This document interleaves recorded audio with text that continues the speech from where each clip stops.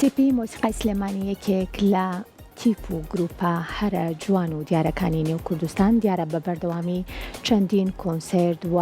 بە بەردەوامی کاری زۆر تایبەت و ناوازیان هەم لەگەڵ هونەرمەندان و هەم لەگەڵ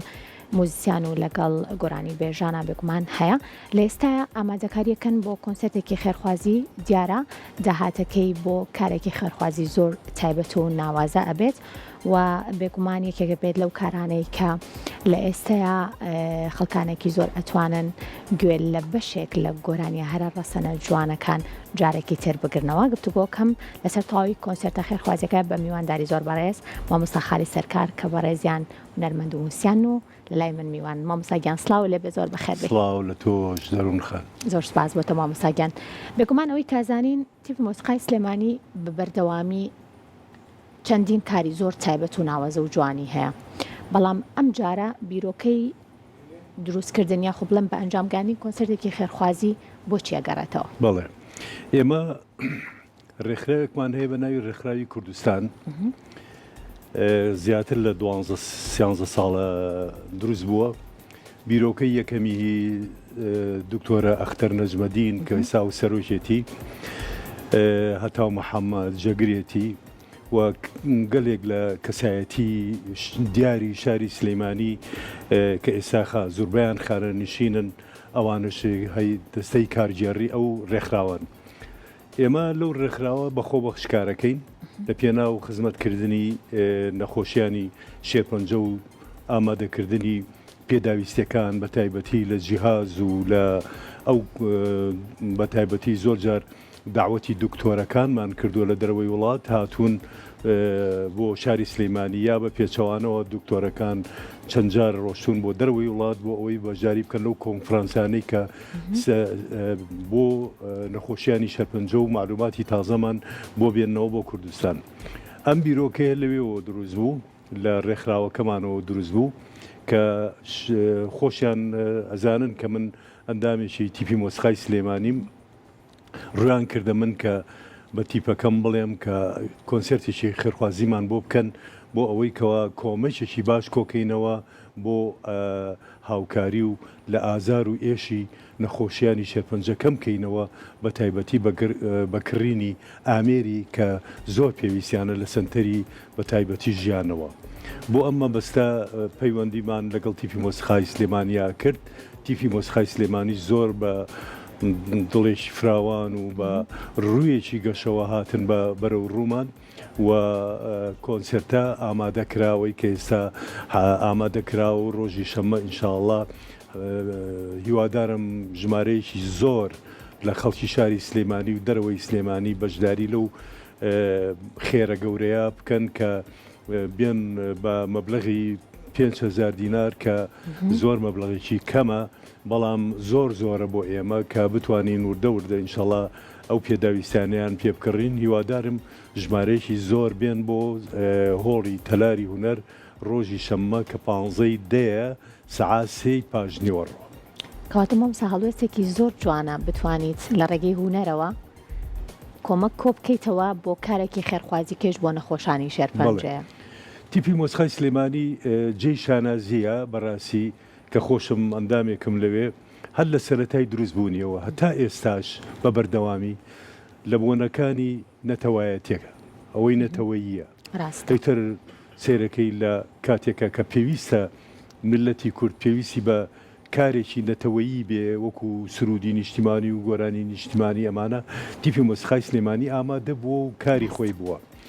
بۆ بۆنە خۆشیەکان شادیەکان کە چێژە بە ڤینەرەکانی بە مۆسیقای جوان بە گۆرانی جوان تیپی مۆسیقای سلێمانی ئامادە بووە. ئەم جارەش و جارانی پێشووتریش بۆ کاری خێرخوازی بۆ ئەوەی کەوا بەشداری بکەن تەمەن شارەکەمان بەڕاستی مەشهورە بە هەر لە کۆنەوە تا ئێستا بە کاری خێرخوازی زۆر کەسایەتی دروست بووە لەم شارە کە خێر و بەرەکەتیان بەسەر ئەم شارە چونکە شاری کاگەحمی شێخە شارێکی مبارەکە شارێکی جوانە شارێکی ڕۆشنبیریە شارێکی پڕ لە هونەرە پڕ لە خێر و خێراتە. بۆیە ئەم تیپەش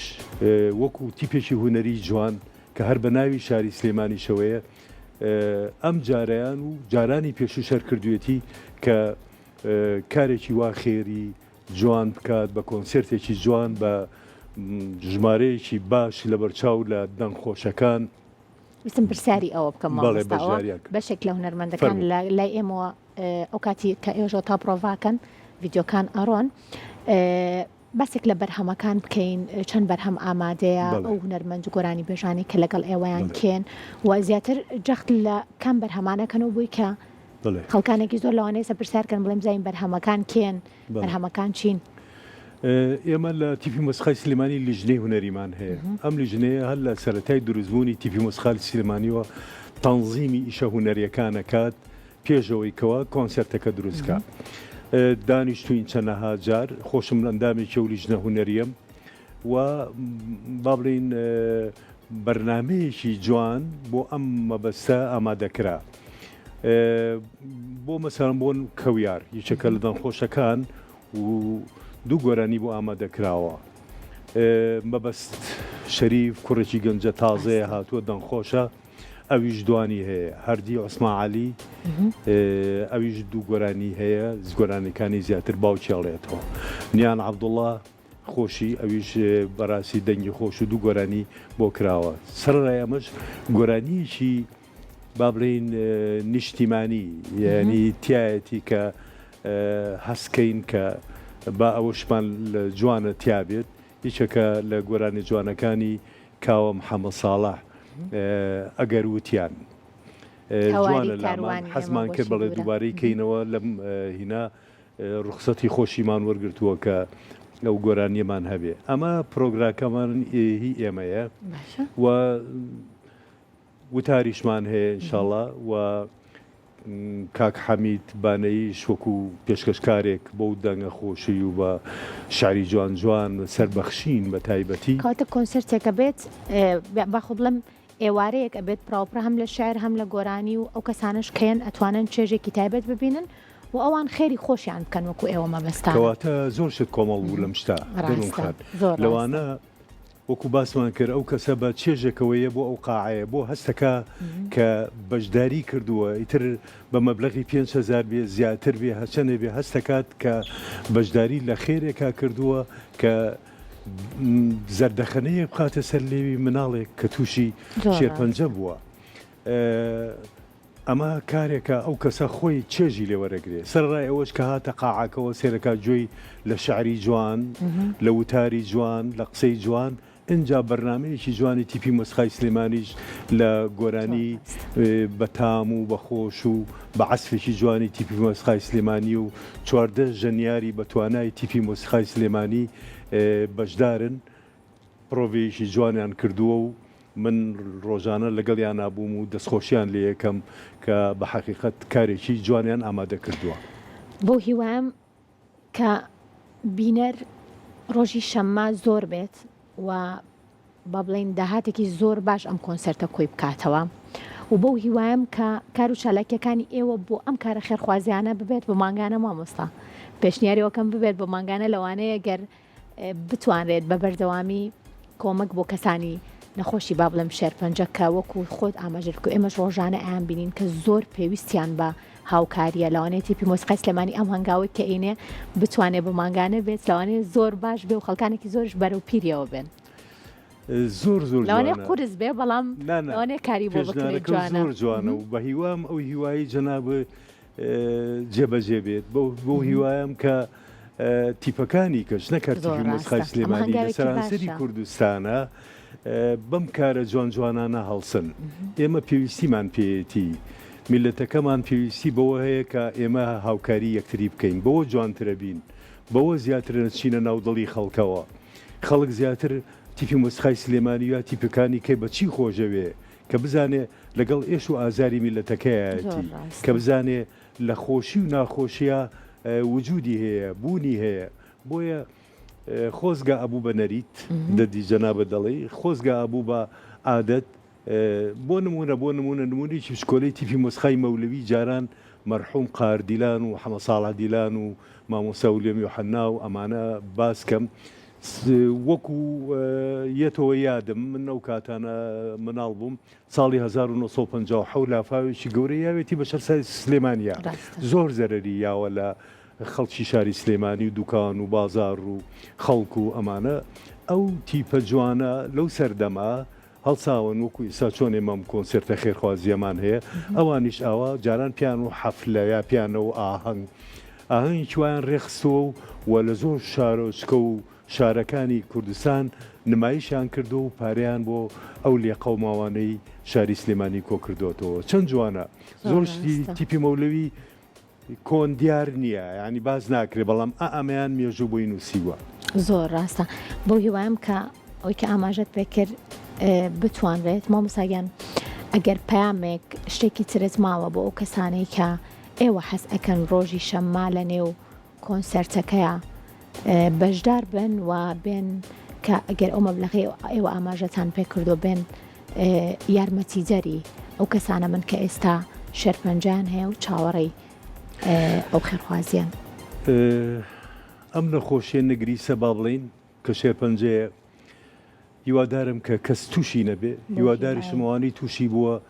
زوو چاک ببنەوە بێگومان پەیامی من ئەوەیە کە ئەم شارە جوانی سلەیمانی ئیتر بە حتا لە مناڵێکەوە بیگرە هەتاوەکو کەسانی کە خێر و بەخشش ئەیەن بە چ لە ڕووی ئاینەوە چ لە ڕووی کۆمەڵایەتیەوە چ لە ڕووی با بڵێن سیاسی خۆمانەوە ئێمە پێویستیمان بەوەیە کەوە ئەم شارە زیاتر جوانتر بکەین جوانتری بەوەش ئەوەیە کەوە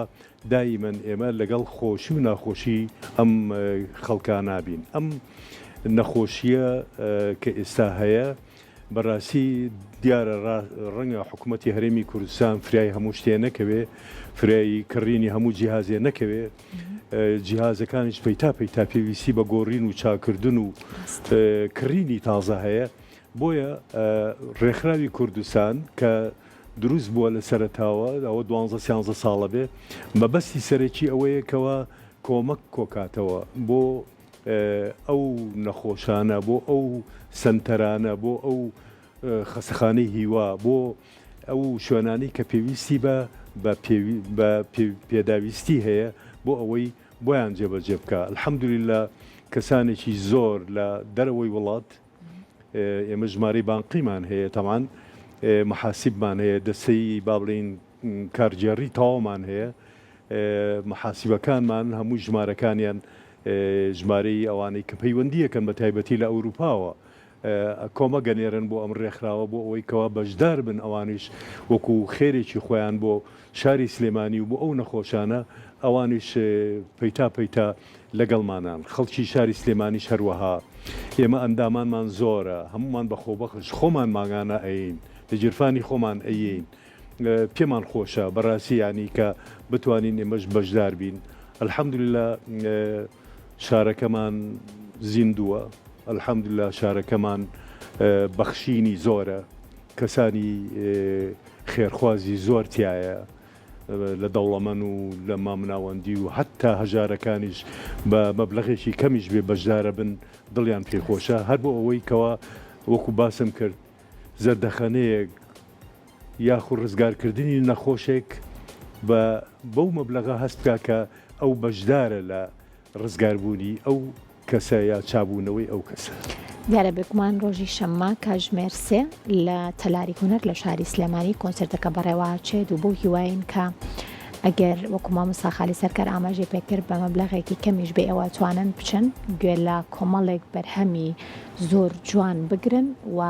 بتوانن بەشدار بن لەم کارە خێرخوازیە مامۆستا بەڵێ لەوێ شەر بلیتەکان لە بەیانیەوە بەیانی بڕین ڕۆژی شەمەوە بلیتەکان لەوێ ئامادەیە حازرە ئەوەی بیێ بە بلیت بڕاتە ژوورەوە نەژبوو ئێمە سنووقێکی خوێرخوازیمان داناوە ئەو کەسانی کە حەزەکەن پارەکانیان بخەنە ناو بە بەرچاوی ئەو لیژنەیەوە کە لەوێ بیخاتە ناو سنووقەکەەوە و بچێتە هۆڵەکەەوە و جۆ لەو بەرنامە جوانە و ئەو قسە جوانانە بگرێت کە لەوێ دووبارە بەخێر بێ مامۆساگیان زۆر سپاس بۆ ئێوەش و سپاسیش بۆم دەرفەتە و هیوای سەرکەوتن بۆ ئێوە دووبارە بەخێر بێ سپاس بۆ تۆ